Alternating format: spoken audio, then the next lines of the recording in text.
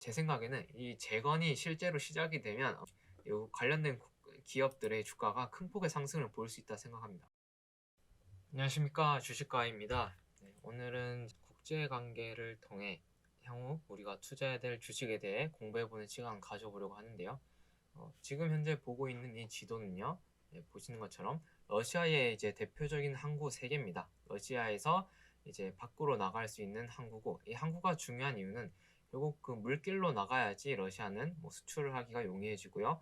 그리고 이 육로를 벗어날 수 있는, 러시아의 이제 원래 원대한 꿈이었죠. 항상 이제 해상로를 갖다가 찾기 위해 계속 영토를 뻗쳐나갔고, 그렇게 해서 지금 러시아가 갖고 있는 세 가지 항구, 상트페테르부르크, 그리고 세바스토폴, 블라디보스톡, 이렇게 세 가지가 있습니다. 한국 사람들한테는 이제 블라디보스톡이 뭐 익숙할 텐데, 지금 블라디보스톡을 제외하고 이 상트페테르부르크랑 세바스토폴이 있습니다. 근데 여기서 지금 세바스토폴이 지금 우크라이나 아래에 있거든요. 그 티르키에 이제 근접해 있습니다.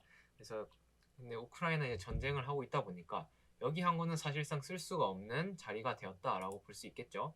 그래서 그런 부분에서는 지금 이 세바스토폴은 지금 필요가 사용할 수가 없어졌고요. 남아 있는 게 상트페테르부르크인데 이 상트페테르부르크에 지금 문제가 생겼습니다. 바로 어떤 문제냐? 우리가 지금 보시는 것처럼 이 사진에서는요, 지금 아래에 있는 부분이 이제 우크라이나를 지나서 이제 지나가는 항로고, 위에는 이 상트페테르부르크를 통해서 지나가는 항로입니다. 여기서 어떤 문제가 생겼냐면, 여기 있는 핀란드 보이시나요? 이 핀란드가 원래는 이제 나토에 가입이 안 돼 있었습니다. 근데 최근 이제 러시아와 우크라이나가 전쟁을 하다 보니까 러시아에서 많은 국력을 소모하게 되고 전쟁이 질질 끌리면서 지금 여력이 없어졌습니다. 여력이 없어지면서 핀란드가 러시아의 눈치를 보지 않고 나토에 가입해버리게 됩니다. 나토에 가입함으로써 어떤 일이 생기냐면, 이 핀란드로부터 모스크바까지 거리와 이 우크라이나로부터 모스크바까지 거리를 봤을 때요, 제가 두 가지 사진이 있습니다. 사진을 보면 첫 번째, 이제 핀란드로부터 이제 모스크바까지 거리가 지금 891km고요. 그리고 우크라이나로부터 이제 모스크바까지 거리가 755km입니다. 네, 그렇게 거리상으로 크지 않습니다. 그 말은 결국 이제 러시아가 우려했던 것이, 러시아가 나토에 가입을 하고 미군이 이 우크라이나에 새로운 이제 미군 기지를 건설해서 이제 바로 미군 기지에서 모스크바를 때리는 걸 갖다가 이제 우려를 했었단 말이죠. 그런데 굳이 우크라이나에 이제 설치하지 않아도 핀란드에 설치를 하면 됩니다. 핀란드에 이제 설치를 하게 되면 이 모스크바까지 거리가 가까워지죠. 그렇기 때문에 지금 러시아는 수세에 몰린 상황이 돼버렸습니다. 러시아 우크라이나 전쟁과 별개로도요. 네, 그런 상황이 돼버렸고, 그렇다면 이제 러시아 입장에서는 전쟁을 갖다가 빨리 종료하는 게 나을 수가 있죠. 근데 이제 서방 국가는 그 압력을 가하고 있습니다. 오히려 더 러시아를 압박을 하고 있는 상황입니다. 그래서 푸틴은 지금 많이 밀리고 있는 상황이다 라고 우리가 해석을 할 수 있는데요. 이제 그런 상황에서 이 상트페테르부르크 보이죠? 여기를 이제 지나갈 때 에스토니아, 그리고 위에는 핀란드를 지나가게 됩니다. 그래서 여기도 지금 사용할 수 없게 되어버린 게 마찬가지고요. 이 핀란드에서 또 이제 미군 기지가 들어서게 될 경우에는 러시아 모스크바가 이제 또 사정권 안에 들어오게 되죠. 그래서 러시아 입장에서는 빨리 이 전쟁을 끝내고 싶은 마음이 생길 것 같고, 그리고 이 마음은 아마 미국이 더 클 수도 있다라고 생각을 하는 게, 일단 지금 중국이 확장을 막아야 됩니다. 중국이 뭐 러시아의 동맹국처럼 보이긴 하지만 실제로는 러시아가 힘들 때 러시아의 석유를 갖다가 뭐 헐값에 사다가 뭐 인도나 다른 나라에 비싼 값에 팔았거든요. 그렇기 때문에 친구인 척 하면서 뒤통수 치는 약간 배신자로 볼 수 있는 거죠. 그런 면에서 봤을 때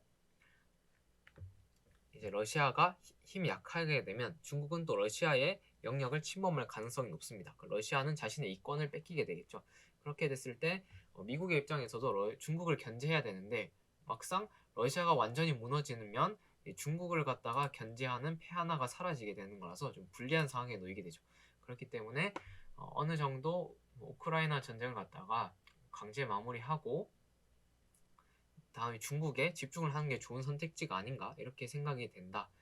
그렇게 봤을 때 우크라이나 전쟁의 끝이 가까워지고 있고요. 실제로 우크라이나 전쟁과 관련해서 또 기사들이 나오고 있죠.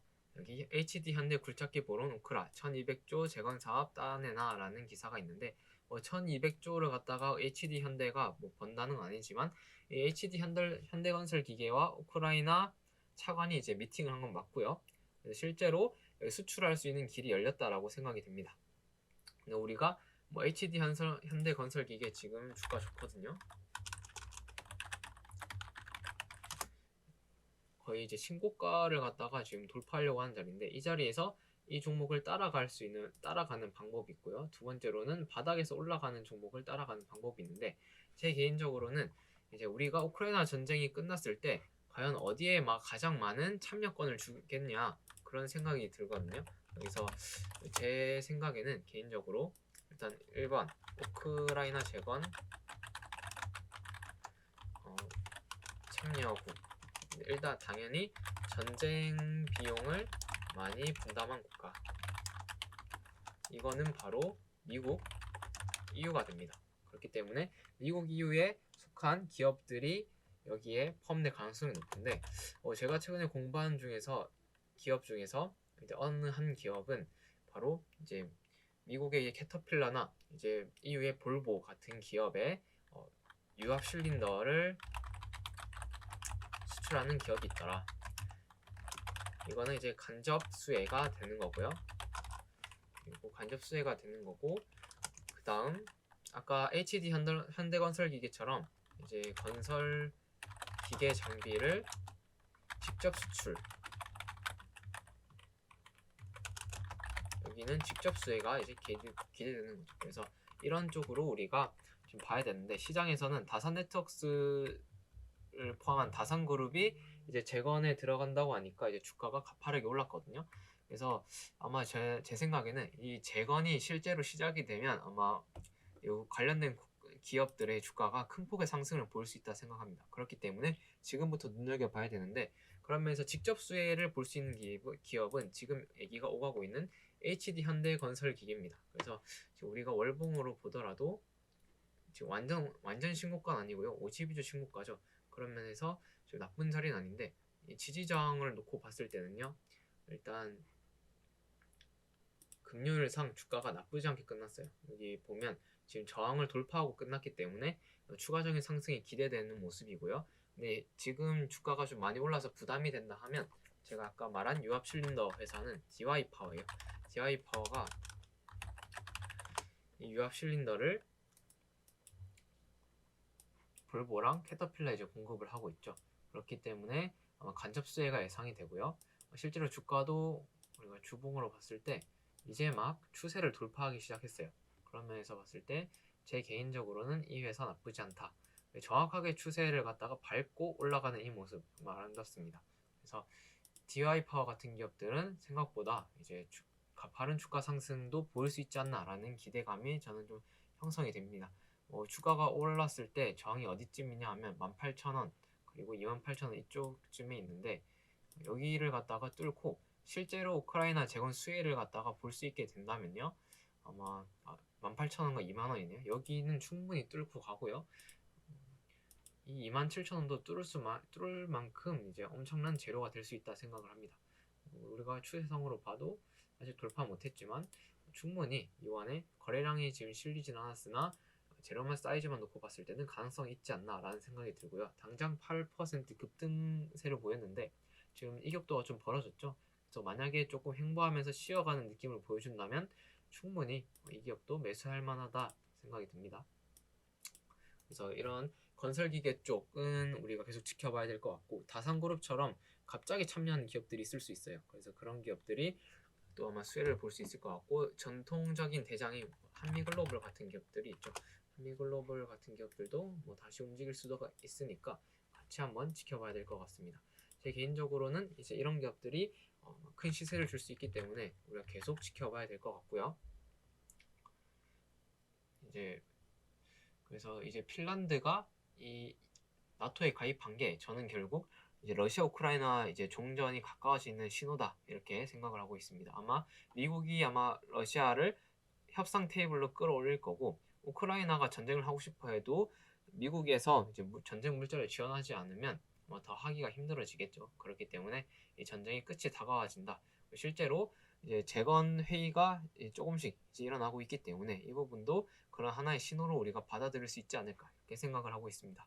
네, 이런 부분 참고하셔서 투자하시면 좋을 것 같네요. 네, 이렇게 해서 오늘 간단하게 한 3개의 기업 살펴봤는데 제 개인적인 탑픽은 저는 일단 신고가 종목을 따라가는 걸 별로 안 좋아해서 그냥 바닥에서 올라오는 DI파워 같은 기업을 투자할 것 같습니다. DI파워 여담으로 기술적인 부분 좀 더 얘기하면 과거에 이제 돌파 못했던 자리가 이쯤인데 지금 여기서 내려오려고 할 때 많이 지지를 받았던 자리들이에요. 지지를 받았던 자리들이었는데 또 주가가 올라올 때는 주가가 막아지고 돌파를 못했죠. 근데 최근에 돌파했습니다. 그래서 이 부분도 우리가 좀 참고하셔서 투자할 때 보시면 좋을 것 같고 여기 13,800원 위에서만 놀면 언제든지 매수해도 괜찮을 것 같고요. 내려오면 조금 더 이제 매집하는 기간으로 우리가 봐도 되겠죠. 그런 부분 참고하시면 좋을 것 같습니다. 네, 오늘 영상은 여기서 마치도록 할게요.